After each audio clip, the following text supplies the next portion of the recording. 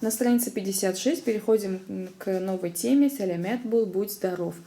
И на этой странице мы рассмотрим части тела, как они называются на татарском языке. Голова, баш, волосы, шеш, нос, борон, рот, ауыз, рука, кул, ухо, кулак, лицо, бит, палец, бармак, нога, аяк. Если мы хотим в татарском языке сказать «моя голова», мы используем слово «мине», пишем то слово, которое принадлежит нам, например, слово «бош», и ставим окончание, показывающее то, что эта голова именно принадлежит нам. То есть, получается, в татарском языке используется два способа указания на то, что предмет принадлежит нам. Это слово «мой» и еще окончание специальное, указывающее, что это именно мое. Минем бошам.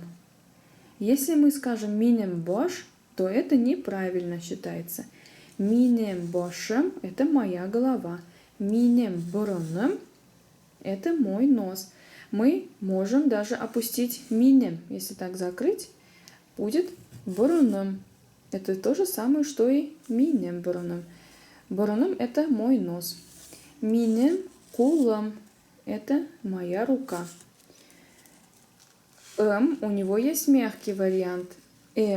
Получается в мягких словах, мы используем его. Минем кузем – мой глаз. Минем тешем – мой зуб. Если предмет принадлежит тебе, то используются уже другие окончания. Это «н» и «ен». Но здесь еще не показаны третьи варианты этих окончаний. Когда после гласных используется «м» просто. Например, если в слове «олма», «минем олмам». Здесь это не указано. Так, как в учебнике есть, так и будем пока изучать. Синен бошен – это твоя голова. Нельзя сказать синен бош. Это грамматически неверно, и по смыслу тоже вас, во-первых, никто и не поймет. А если скажете просто бошен, вот так поймут, потому что это правильно, можно опустить слово синен, так как вот это окончание и так показывает, что это принадлежит вам. Бошен. Синен бошен. Синен бороном – твой нос. Синен кулын – твоя рука. Синен күзен – твой глаз.